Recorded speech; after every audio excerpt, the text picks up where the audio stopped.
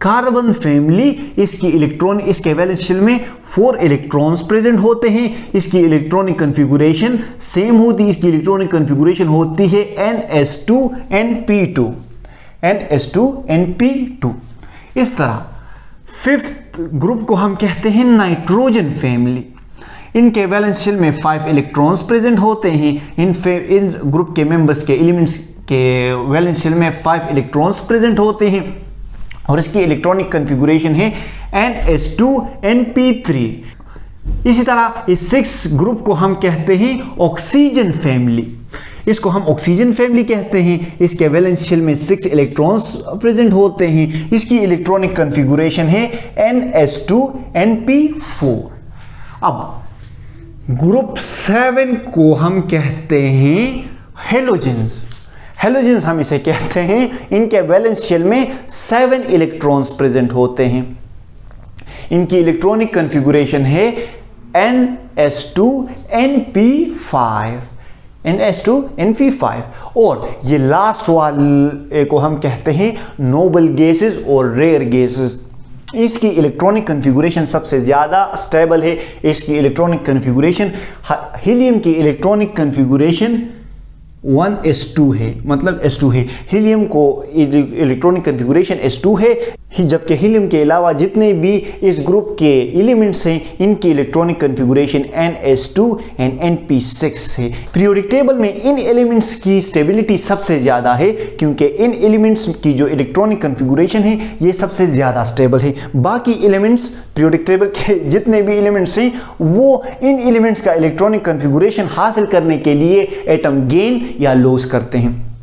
तो I hope आपको groups की समझ आ गई होगी। अभी भी नहीं आई तो खुलासा करता हूं, सुन लें, अब तो आ जाएगी ना। मतलब समझ की बात कर रहा हूं, लड़की की बात नहीं कर रहा। अच्छा, groups, the vertical columns of elements in periodic table are called groups. हमारे पास ये जो पीरियोडिक टेबल में हमारे पास वर्टिकल कॉलम्स हैं इन्हें हम ग्रुप्स कहते हैं। पीरियोडिक टेबल में हमारे पास 18 ग्रुप्स हैं। तो लेकिन हम यूजुअली हम नॉर्मल एलिमेंट्स की जब बात करते हैं, हम S and P block elements की बात करते हैं लोअर लेवल पर। तो इसका जो फर्स्ट ग्रुप है तो इसे हम कहते हैं अल्कली मेटल्स। ये हाइड्रोजन को छोड़ के लिथियम से फ्रेंशियम हाइड्रोजन गैस है और बाकी इस ग्रुप के सारे जो एलिमेंट्स हैं ये हैं मेटल्स। इस तरह ग्रुप सेकंड को अल्कलाइन अर्थ मेटल कहा जाता है। इसकी इलेक्ट्रॉनिक कन्फिगुरेशन एक दूसरे से मिलती है। इसकी इलेक्ट्रॉनिक कन्फिगुरेशन NS2 है। इनके वैलेंस शेल में 2 इलेक्ट्रॉन्स प्रेजेंट होते हैं। इस तरह थर्ड ग्रुप को हम बोरॉन फैमिली कहते हैं। इसके वैलेंस शेल में 3 इलेक्ट्रॉन्स होते हैं। इस तरह फोर्थ ग्रुप को हम कार्बन फैमिली कहते हैं। इसके वैलेंस शेल में 4 इलेक्ट्रॉन्स प्रेजेंट होते हैं। इस तरह नाइट्रोजन फैमिली के वैलेंस शेल में 5, ऑक्सीजन फैमिली के वैलेंस शेल में 6, हेलोजेंस के वैलेंस शेल में 7 इलेक्ट्रॉन, जबकि नोबल गैसेस के वैलेंस शेल में 8 इलेक्ट्रॉन्स प्रेजेंट होते हैं। सो these were all about the groups। अभी भी अगर आपको कोई भी मसला हो तो कमेंट सेक्शन में सवाल कर लें। हम किस लिए हैं, आपके मसले हल करने के लिए हैं। और हो सके तो चैनल सब्सक्राइब कर दें। हंसते मुस्कुराते रहें, दिलों का ख्याल रखें और बस किसी के चेहरे पे मुस्कुराहट की वजह बने, ना कि किसी के रोने की वजह। तो बस अपना ख्याल रखें, ढेर सारा ख्याल रखें अपना। अल्लाह हाफिज़।